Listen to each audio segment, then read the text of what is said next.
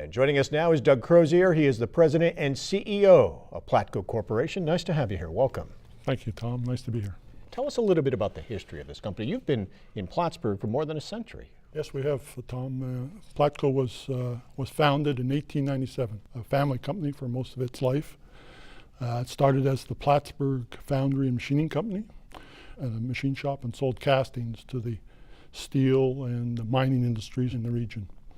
About 30 years into its life, as a precursor to what we do today, it was an early innovator. The company realized that that there was a real gap in some of these companies' processes, in that they were trying to handle dry material with valving that didn't work well, wore out a lot, was hard to maintain. And so the company, led by one of its employees, a gentleman by the name of Urgel Carpenter, invented what we call the double flap valve. And that was to meet this specific need. He invented that, patented it, and grew the product line. And from about 1960 on, that became increasingly the product that Plattco sold. The family continued to own the company through to about 1998, when they fell on some hard financial times. The company went into a prolonged Chapter 11. And when it came out of that Chapter 11, it was reorganized as an employee-owned company. So there was 50 employees at the time. All 50 employees got stock in the company.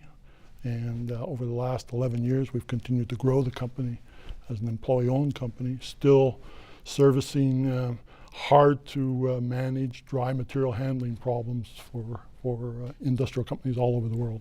And what type of a company would use your product? Major manufacturing companies. So companies that manufacture cement, manufacture steel, waste to energy companies, iron ore manufacturing, mining, and gypsum, paper companies. Any company that has dry material that they have to move from one place to another, and they need to maintain an airtight seal.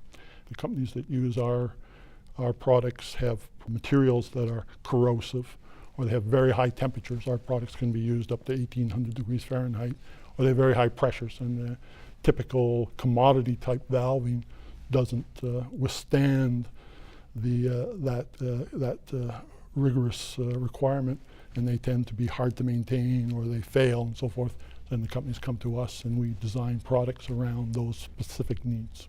Mostly your customer base in New England, Northeast, across the country? We're largely a North American base. We sell heavy industries all throughout North America, and we sell about 20% of our products throughout the world. Our valves are used in about 50 countries around the world, and we've sold dozens and dozens of industries in all countries throughout the world.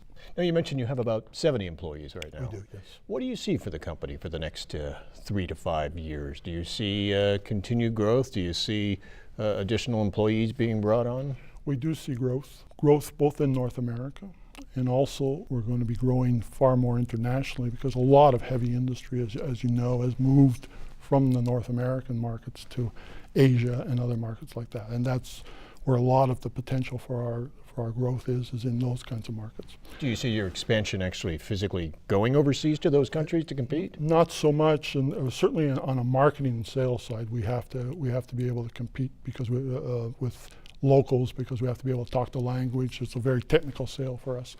But we'll be fundamentally based in Plattsburgh. You have a lot of long-time employees here. We do, yes. About 20 employees who have more than 25 years with the company. We have one has just celebrated his 45th anniversary with the company. We have several who are 40 years or more. So, and that's been a big advantage for us. Our products have to be particularly designed for specific problems.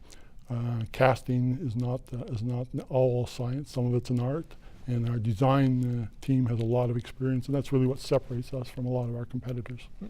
Your employees, these are good paying jobs for them. They are good paying jobs. Hot these days is health insurance. We've had forever a fully funded health insurance for all employees. Really, still today? And we still do today. Yes, it's one of our benefits. We pay very good wages and salaries. And of course, also every employee is a stockholder of the company, so they get a chance to share in the growth of the company, the profit of the company, and it becomes but it's an added benefit. It's not one that we don't substitute wages for that. So. What type of education or training do your employees need? Well, we hire machinists. Oftentimes they come with some machining training from trade schools and so forth. We hire people right out of high school if they have a good work ethic and they want to come and work with us. We'll train them. We hire young engineers, and we've had a lot of engineers who have come in and worked for us this summer as interns and decided they liked the company, we liked them, and started their first career with us. And we hire salespeople. We have both an inside sales group and an outside sales group, and we hire salespeople for that. So we hire widely across the community. A number of manufacturers we hear from have trouble finding machinists. So is that something you're facing as well? Is it a challenge to find qualified workers for the positions that you have open? We interview a long time to hire the people that we hire. But we've been able to hire some first-rate machinists. So they're out there. They're harder to find. We have to work hard to find them, but we've hired some very good people. Now, you're based in Plattsburgh. Strategically, being this close to the border in Montreal, is that helpful for the company to be close to Canada? Do you do sales in Canada? We do sales in Canada. It's not such a big advantage to be geographically close. We sell all across North America. We do good business in Canada. We do business with whatever companies are in the area, but our valve is so specialized and used so infrequently in any one plant that we really have to cover all the plants throughout the territory.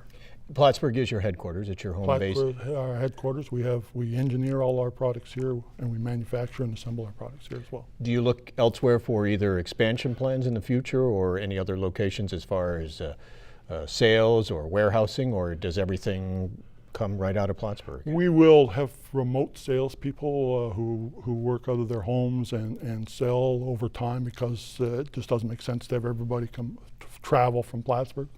But we see basically our central manufacturing and engineering, applications management, all out of Plattsburgh.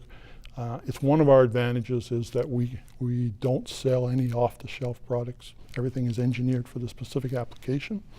And so having all of our facility in one place gives us the flexibility to do things that if you were a commodity buyer out of the Orient, for example, you wouldn't be able to do. So many companies were affected, obviously, by the recession in 2008. Yes. Were you recession-proof? Do you deal with manufacturers that really didn't see a slowdown, or did you feel the effects? No, we deal, as I mentioned earlier, with a wide variety of manufacturers, which we thought protected us against recession. But that recession was like one we've never seen before. So it hit us in 2009. We really got through 2008 without any problem, but in 2009, our physical units dropped 40%, and they stayed there for the whole year. So and there was really two factors there. One was the recession itself and the demand for the customers. Our customers, their demand went down a lot, but as you remember, there was a real liquidity issue, and companies were afraid that the banks were going to pull their lines of credit and so forth. And a lot of our products are sold into capital projects that have to be funded with cash or borrowed money. And so that just dried up completely. So we were significantly affected by the recession. The good thing for us was we were able to hunker down and figure out how to utilize our people in all kinds of different ways. And we never had, even though our volume fell by 40%, we never had to lay anybody off. We didn't have to do short hours or reduce wages or anything. We got through it. And so when the market picked up again, all of our key people were still in place, and we could hit the ground running. And it has picked up. You're back to where you were? It has back, and we've passed, but not all the industries we serve are back yet. But we've managed to expand into other industries and other companies, and yes, we're beyond where we were before the recession.